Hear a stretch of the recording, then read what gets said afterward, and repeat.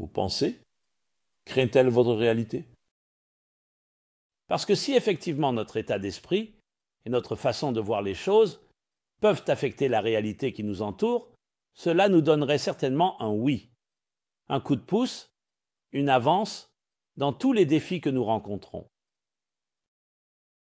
Je me souviens donc du très célèbre, l'un des grands linebackers du football de la NFL, Lawrence Taylor. Il était donc connu pour pouvoir jouer même avec de nombreuses blessures. Et on lui a demandé une fois, comment pouvez-vous jouer avec toutes ces blessures? Et sa réponse a été, c'est l'esprit sur la matière. Si ça ne vous dérange pas, ça n'a pas d'importance.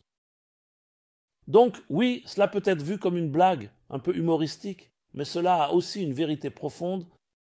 Je ne sais pas si vous vous souvenez, il y a quelques années, il y avait ce livre. Puis un film appelé What the Bleep. Que savons-nous, bon sang? Et c'était une combinaison de mécanique quantique et de quelques idées spirituelles. Mais cela est lié au fait que la façon dont nous percevons les choses peut créer notre réalité. Je me souviens d'une des scènes où les Indiens d'Amérique, ont vu pour la première fois quand les premiers navires ont commencé à arriver sur les côtes de ce pays. Et les Indiens ont regardé, ils n'ont pas vu de navire, parce qu'ils ne pouvaient même pas imaginer ou concevoir une telle réalité. Donc tout ce qu'ils voyaient, ils le rejetaient comme une illusion. Alors, dans quelle mesure nos pensées affectent-elles cette réalité? Cela présentait également un chercheur japonais qui a écrit un livre, je crois que c'était Les secrets de l'eau ou quelque chose comme ça. Comment il a pu démontrer? Je ne sais pas si cela a été reproduit, donc je ne vais pas prétendre que c'est scientifique et que c'est un fait. Mais même la théorie elle-même est intrigante. Il a pu démontrer que lorsqu'il y a des ondes positives dans une pièce, les gens pensent positivement.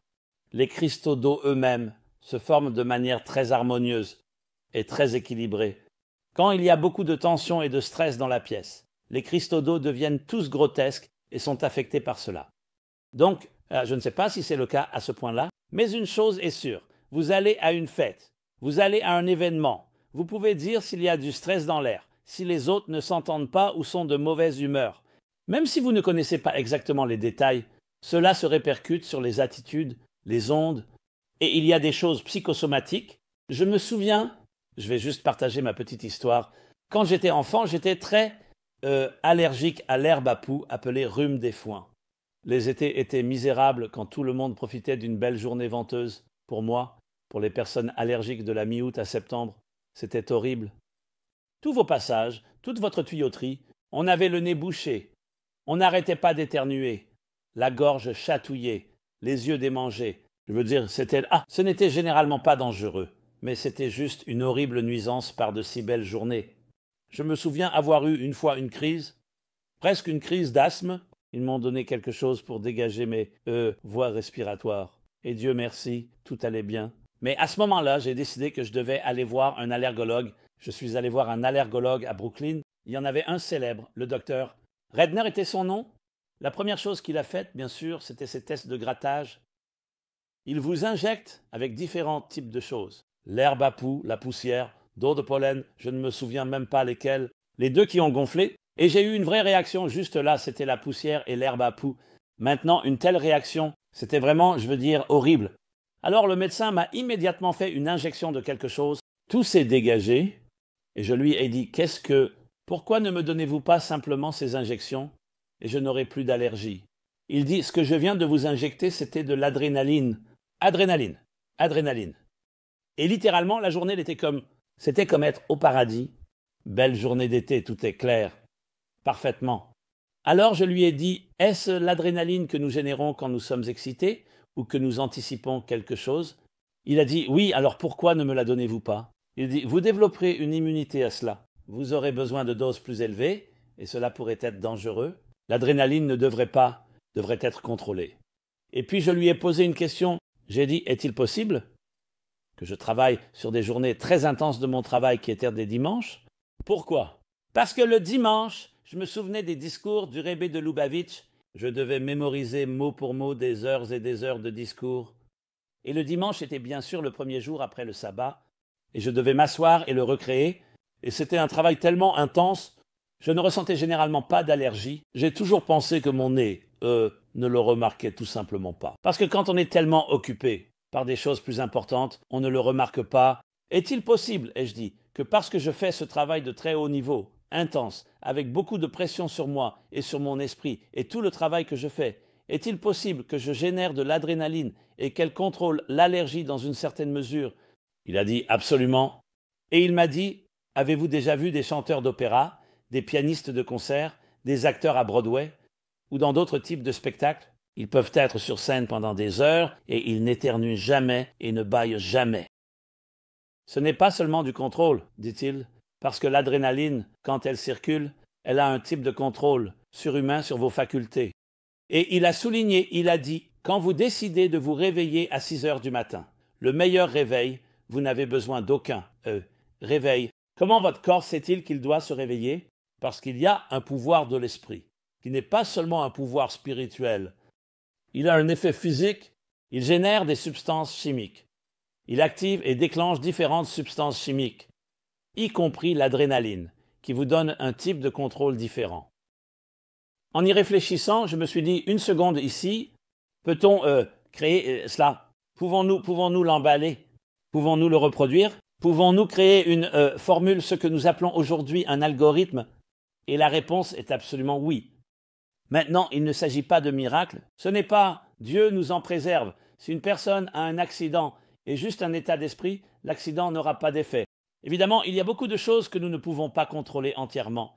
Mais il y a beaucoup de choses que nous pouvons contrôler bien plus que nous ne le croyons. Ce sont nos attitudes qui contrôlent absolument une grande partie de ce qui se passe autour de nous. Ce qui se passe autour de vous, vous ne pouvez pas le contrôler, mais votre attitude, vous pouvez la contrôler complètement.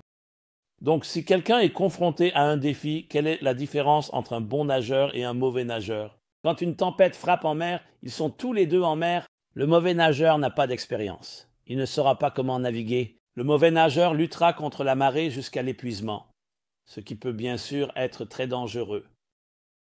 Le bon nageur réalisera immédiatement qu'il s'agit d'une tempête. Je dois conserver mes forces et je ne lutterai pas contre la marée. Je vais flotter avec elle et attendre le moment où je pourrai utiliser mon énergie pour avancer et atteindre l'endroit où je veux aller. En d'autres termes, il s'agit de la navigation, pas des événements qui vous arrivent, et cela va encore plus loin. Quand il s'agit de notre esprit, beaucoup d'entre nous, pour une raison quelconque, pensent négativement. Quelque chose se passe, nous pensons tout de suite au pire des scénarios. Il est bon de connaître le pire des scénarios, mais jamais cela ne devrait contrôler votre humeur. Et nous pensons tout de suite, d'accord, vous savez quoi? Cela ne va pas marcher. Et il y a des gens qui sont simplement des personnes positives. Ce n'est pas juste une question de tempérament. Cela a un impact direct sur ce qui va suivre. Car la personne positive va chercher et rechercher plus d'opportunités. À un niveau très basique, la personne négative ne le fera pas. Mais cela va plus loin que cela. La pensée positive affecte en fait votre système immunitaire. 2 personnes allongées dans un hôpital, Dieu nous en préserve, l'une est avec, et elles ont la même maladie, et l'un a, ou ils ont eu, ou ils ont subi la même opération. L'un a beaucoup de visiteurs et d'invités et de cadeaux, des gens qui les soutiennent et les encouragent, et l'autre n'a personne qui leur rend visite. Dites-moi, y aura-t-il une différence? Bien sûr qu'il y en aura une. Et les médecins le reconnaissent, ils le voient tout le temps. Celui avec les invités et les visiteurs donne de l'espoir. Une raison de se battre. Cela renforce le système immunitaire. La personne se bat davantage, l'autre abandonne. Et quand vous abandonnez, cela affaiblit votre système immunitaire. Cela affaiblit votre détermination. Et cela doit avoir un impact, et ce n'est pas seulement psychologique, cela affecte sans aucun doute, cela affecte les fluides mêmes qui circulent en vous, les produits chimiques et autres éléments qui façonnent et définissent votre être. Donc, le concept de l'esprit sur la matière. Je ne vais pas maintenant entrer dans le fait de savoir si vous pouvez plier une cuillère, si vous y pensez assez fort, ou comment les esprits peuvent réellement changer les réalités physiques. Je ne sais pas. C'est une autre discussion sur le supranormal ou ce qu'ils appellent l'activité paranormale ou etc. Je parle de quelque chose que chacun de nous peut exercer. Dans nos vies personnelles, c'est quand vous pensez et êtes capable de bien penser. Et c'est une expression d'un des maîtres, hassidique. Pensez bien, ce sera bien. Pensez bien et ce sera bien n'est pas juste, d'accord? Pensez bien et vous savez, espérez le meilleur. Cela a un effet sur votre propre cerveau. Vos neurones, comme ils le disent, dans ce que le blip savons-nous, lorsque vos neurones sont activés, c'est ainsi qu'ils se connectent. Donc d'abord, cela a un effet physique sur vos neurones. Ils deviennent ensuite connectés d'une certaine manière. Ils, à leur tour, comme nous le savons, les neurones dans votre esprit affectent le reste de vous. Donc ce qui émane de vous est cette approche positive. Ainsi, en plus d'être plus innovant et plus créatif et de trouver des solutions, tout votre être est simplement orienté vers le succès. Je veux dire, que disent-ils? Guerre psychologique. Deux adversaires jouant aux échecs ou au tennis. Quelle est l'importance de l'esprit maintenant? À côté de moi, bien sûr, nous savons que le talent est crucial, mais vous pouvez voir le joueur de tennis ou le joueur d'échecs le plus talentueux si leur adversaire entre dans leur tête ou si, d'une manière ou d'une autre, ils sont blessés ou ils ont simplement perdu confiance. Il y a une sorte de, ils entrent dans une sorte de déprime. Que se passe-t-il? Vous pouvez être le meilleur, mieux qualifié et plus talentueux. Mais votre esprit, votre attitude négative et votre manque de confiance vont affecter votre jeu. Et cela nécessite un entraîneur et du travail pour revenir à cette approche psychologique positive. Et les gens peuvent le manipuler psychologiquement. Quelqu'un peut avoir beaucoup moins, mieux. Vous pouvez avoir une bien meilleure main de cartes que l'autre. Mais s'ils savent comment bluffer, eh bien, ils peuvent vous convaincre qu'ils ont une meilleure main. Et vous serez, d'une certaine manière, résigné ou abandonnerez ou des choses comme ça. Il y a donc beaucoup à dire sur la façon dont l'esprit contrôle les choses. Mais encore une fois, je veux réitérer, ce n'est pas de la médecine de charlatan. Nous ne parlons pas de choses que vous savez, qui parfois sont prises, vous savez, poussées à des extrêmes fous. Imaginez une jaguar dans votre allée, vous aurez une jaguar. Une partie est devenue sensationnelle. Une partie est devenue, vous savez, alimentant le plus petit dénominateur commun des gens et des choses comme ça. Nous parlons d'une attitude générale, d'une attitude positive, une attitude où votre esprit peut réellement contrôler les réalités. Et c'est pourquoi vous voyez des histoires d'Helen Keller, une femme née avec tant de défauts. Tout le monde aurait abandonné. Quelque chose à propos de l'esprit humain, et nous ne savons même pas. Nous allons au-delà de l'esprit de combattre, de l'esprit de réussir. J'ai vu dans ma propre vie, j'ai vu une mère donner naissance à un enfant autiste. Les médecins disent, oubliez ça, mettez-le dans un foyer. Donnez-lui tous ses besoins et confort. Il ne le fera pas, il n'aura pas de relation sociale avec vous. Et une mère est une mère. Et elle m'a dit, je me souviens, il y a quelques années, c'est mon fils. Il fait partie de moi. Je l'ai porté pendant 9 mois. Je n'abandonne pas. Et elle, chaque jour, dès son plus jeune âge, elle le regardait, lui chantait des chansons, lui racontait des histoires, si belles à voir, et elle n'acceptait pas un non comme réponse. Elle ne se souciait pas de ce que disaient les autres. Mon enfant, à quoi accédait-elle? Tout d'abord, l'amour d'une mère et l'amour d'une mère. Elle accédait à son âme ne l'est pas. Il n'existe pas d'âme autiste. Tout comme il n'y a pas d'âme aveugle ou sourde, l'âme est intacte. Ce sont les canaux entre l'âme et le corps qui posent problème. Et je partageais cela avec elle. Mais c'était bien plus profond. Ce n'étaient pas mes mots, j'étais juste un soutien pour elle. Mais les médecins lui ont dit qu'elle était folle. Ils ne l'ont pas dit en tant de mots, parce qu'ils ne voulaient pas l'insulter. Que s'est-il passé? J'ai vu l'enfant grandir? Non, elle ne l'a pas guéri de l'autisme. Il est toujours autiste. Mais il y a une connexion. Il la regarde comme personne d'autre sur Terre. Je n'ai aucun doute que c'est parce qu'elle a créé un lien avec lui et s'est connectée d'une certaine manière. Et nous ne savons même pas ce qui se passe.